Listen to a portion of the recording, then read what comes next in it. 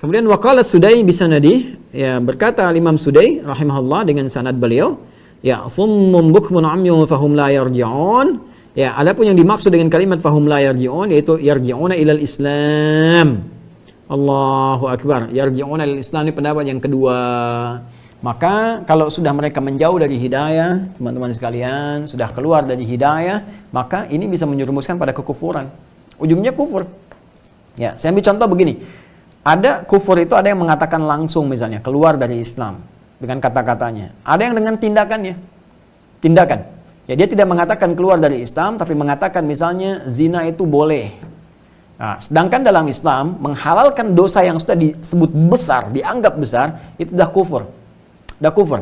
Menghalalkan kesyirikan misalnya kan, menghalalkan zina, menghalalkan pembunuhan dengan sengaja yang benar-benar diharamkan misalnya. Itu sudah kufur.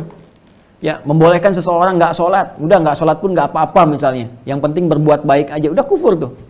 Udah kufur. Karena pembuktian beramal soleh itu, amal soleh itu mengerjakan yang baik, meninggalkan yang mungkar. Mengerjakan yang ma'ruf, meninggalkan yang mungkar. Jadi sholat kerjakan, kan puasa kerjakan, zina tinggalkan, merampok tinggalkan, bunuh tinggalkan, yang buruk-buruk tinggalkan. Jadi kalau ada orang menetapkan yang mungkar dan meninggalkan yang ma'ruf, itu sudah nggak ada iman dalam dirinya. Ya, karena pembuktian iman itu lewat amal solehnya. Jadi ketika amal soleh tidak ada, jadi terbalik, ini menandakan imannya sudah nggak ada. Nah, jadi kalau ada orang-orang demikian sampai menghalalkan perbuatan buruk dan sebagainya, dia kufur. Nah, untuk balik ke Islam susah, kalau nggak benar-benar taubat. Apalagi yang sudah dekat kepada kekufuran.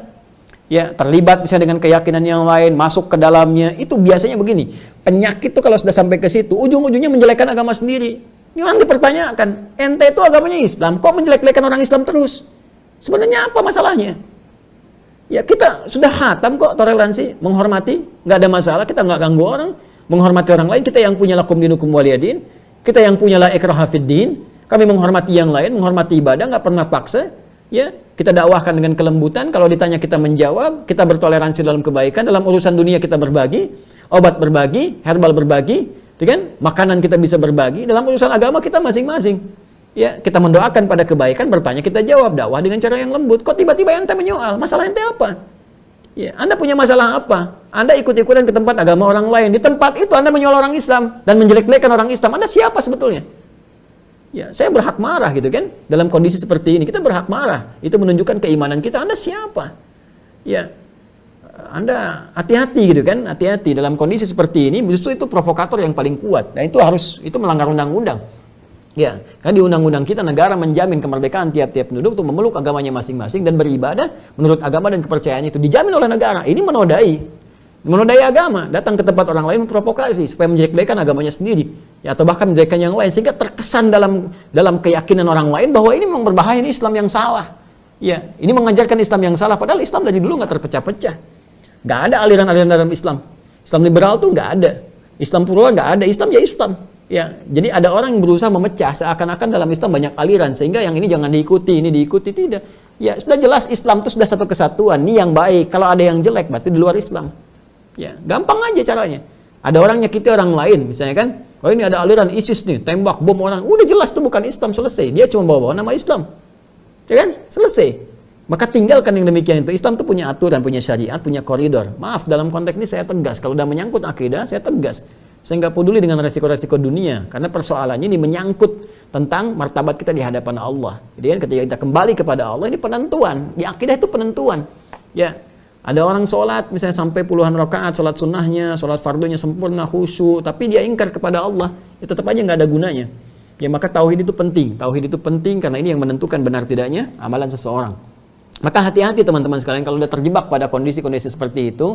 Makanya saya nasihatkan ya, termasuk ada adik-adikku yang ada di kampus-kampus tuh, kalau ada paham-paham nggak benar nggak usah ikutan lah.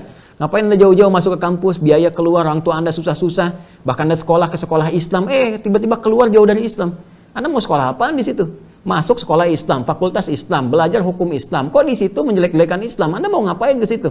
Ya, buang-buang uang, kasihan orang tua, kerja keras luar biasa, ayahnya kemudian keluar keringat, ibunya doa siang malam, kelakuan seperti itu. Makanya kalau ada seminar-seminar yang jelek, ya, yang nggak benar, udah nggak usah diikutin. Kalau ada dosen yang bermasalah di kampus itu, mahasiswanya minta semua, ke rektoratnya, ke dekanatnya, sampaikan, usulkan, jangan ini yang ngajar. Ya, cari ustadz lain, cari guru lain. Apa enggak ada se-Indonesia guru-guru yang baik, dosen-dosen yang benar? Masa di kampus Islam ada orang yang melek-lekan Islam itu sendiri? Ya, bukan masalah metodologi. Kita punya metodologi itu mudah kita temukan, tapi kalau ajaran yang disampaikan salah walaupun metodologinya benar, ini yang bahaya. Ya. Kadang-kadang ada orang membawa metodologi untuk menyampaikan cara yang salah. Nah, ini yang paling luar biasa bahayanya. Hati-hati teman-teman. Saya tajam dalam masalah ini karena ini menentukan masa depan kita ke depan, ya.